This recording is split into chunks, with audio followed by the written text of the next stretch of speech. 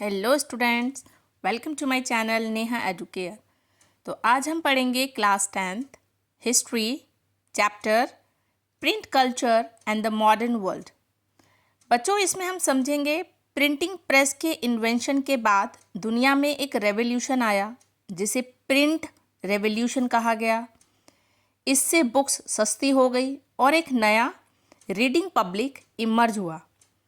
बच्चों, chapter important भी है और इंटरेस्टिंग भी है, तो हम इस चैप्टर को बहुत इजी लैंग्वेज में पूरा कंप्लीट भी करेंगे और कुछ इम्पॉर्टेंट क्वेश्चन आंसर्स भी डिस्कस करेंगे।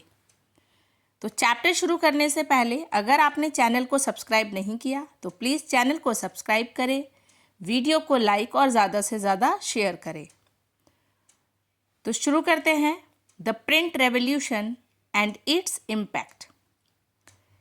प्रिंटिंग प्रेस के इन्वेंशन के बाद दुनिया में एक बड़ा चेंज आया जिसे हम प्रिंट रेवोल्यूशन कहते हैं। प्रिंटिंग प्रेस की वजह से बुक्स सस्ती हो गई और ज़्यादा लोग उन्हें खरीद और पढ़ सके। पहले बुक्स हाथ से लिखी जाती थी, इसलिए महंगी और लिमिटेड होती थी। प्रिंटिंग ने एक नया रीडिंग पब्लिक क्रिएट किया, मतलब पढ़ने वाले लोगों की संख्या बढ़ गई। एग्जाम्पल के लिए, यूरोप में पहले नॉलेज सिर्फ ओरली यानी मुंह के द्वारा दी जाती थी, मतलब बोल कर पहुँचाई जाती थी। जैसे लोग कहानियाँ, धार्मिक बातें और ज्ञान सुनकर सीखते थे। लेकिन प्रिंट के बाद वही बातें लिखकर हज़ारों कॉपीज़ में डिस्ट्रीब्यूट होने लगी। लेकिन ट्रांजिशन इतना सिंपल नहीं था। उस टाइम यूरोप में लिटरेसी रेट बहुत लो था, मतलब सब लोग पढ़ लिख नहीं सकते थे। इसलिए ओरल कल्चर और प्रिंट कल्चर एक साथ चलते रहे। जो लोग पढ़ सकते थे वो पढ़ते थे और बाकी लोग उनसे सुनते थे। इस तरह हियरिंग पब्लिक और रीडिंग पब्लिक एक दूसरे से जुड़े हुए थे। Religious debates and the fear of print. Printing press ने आइडियाज़ को वाइड लेवल पर सर्कुलेट करना पॉसिबल बना दिया था। अब एक व्यक्ति अपने थॉट्स लिखकर हज़ारों लोगों तक पहुंचा सकता था। इससे डिबेट और डिस्कशन का कल्चर डेवलप हुआ, लेकिन कई लोग इससे डरते भी थे। रिलीजियस अथॉरिटीज़ और राजाओं को लगता था कि अगर लोग हर तरह की बुक्स पढ़ने लगेंगे तो उनका कंट्रोल कम हो जाएगा। उन्हें डर था कि वैल्यूएबल लिटरेचर और ट्रेडिशनल अथॉरिटी ख़त्म हो जाएगी। एग्जाम्पल, मार्टिन लूथर ने चर्च की प्रैक्टिसेस के विरुद्ध किया और अपने आइडियाज़ प्रिंट के थ्रू स्प्रेड किए। इससे रिफॉर्मेशन मूवमेंट स्टार्ट हुआ। इसी वजह से कैथोलिक चर्च ने कुछ बुक्स पर बैन लगा दिया और इंडेक्स ऑफ प्रोहिबिटेड बुक्स बनाया। Print culture and the French revolution. Print ने एनलाइटमेंट थिंकर्स जैसे वॉल्टेयर और रॉसियर के आइडियाज़ को पॉपुलर बनाया। इन्होंने सुपरस्टिशंस मतलब अंधविश्वास और डेस्पोटिज्म यानी तानाशाही का विरोध किया। प्रिंटेड बुक्स और पैम्पलेट्स ने लोगों में रीज़न और लॉजिक का इम्पोर्टेंस बताया।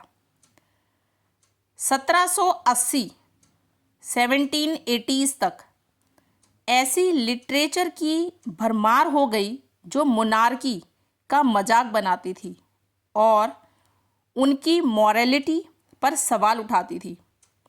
इससे लोगों ने सोचना शुरू किया कि राजा का पावर अनलिमिटेड क्यों हो। प्रिंट ने डायरेक्टली रेवोल्यूशन नहीं करवाया, लेकिन लोगों को अलग सोचने का मौका ज़रूर दिया। The 19th century, women and print. 19th century में प्राइमरी एजुकेशन कंपलसरी हो गया और विमेन रीडर्स की संख्या बढ़ गई। विमेन सिर्फ रीडर्स नहीं रही बल्कि राइटर्स भी बनी। पेनी मैगजीन्स और हाउस कीपिंग मैनुअल्स विमेन के लिए पब्लिश होने लगे। इंग्लैंड में लैंडिंग लाइब्रेरीज ने लोअर मिडिल क्लास और वर्किंग क्लास को बुक्स एक्सेस करने का मौका दिया। Example Jane Austen, Bronte sisters और जॉर्ज एलॉइट जैसी विमेन राइटर्स ने नॉवेल्स लिखी जो न्यू इंडिपेंडेंट विमेन की इमेज दिखाती थी। प्रिंट कल्चर ने विमेन को अपनी आवाज़ दी और सोसाइटी में उनकी पोजीशन स्ट्रांग बनाई। आई होप आपको चैप्टर क्लियर हुआ होगा। तो हम कुछ इम्पॉर्टेंट क्वेश्चन आंसर्स भी डिस्कस करते हैं।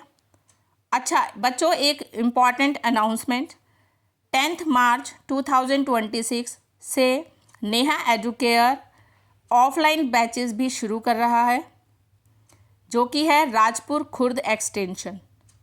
तो ज़्यादा से ज़्यादा बच्चे एनरोल कीजिए और ज़्यादा से ज़्यादा ज्ञान प्राप्त कीजिए। तो क्वेश्चन आंसर डिस्कस करते हैं। First question, what was print revolution? Print revolution वो पीरियड था जब प्रिंटिंग प्रेस के इन्वेंशन के बाद बुक्स मास लेवल पर प्रोड्यूस होने लगी।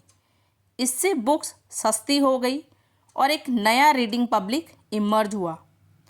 नॉलेज ओरल ट्रेडिशन से हटकर प्रिंटेड फॉर्म में स्प्रेड होने लगा और सोसाइटी में इंटेलेक्चुअल चेंज आया।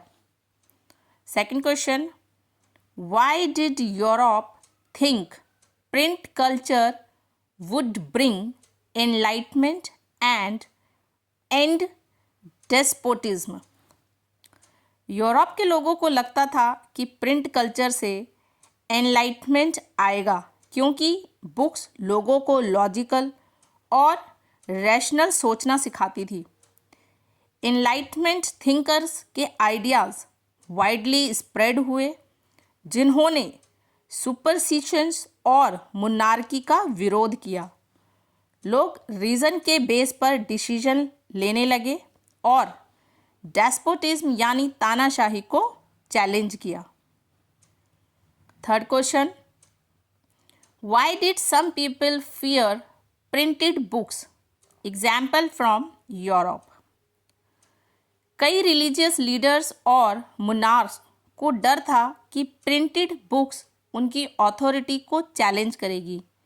उन्हें लगता था कि लोग गलत या रेबेलियस आइडियाज से इन्फ्लुएंस हो जाएंगे।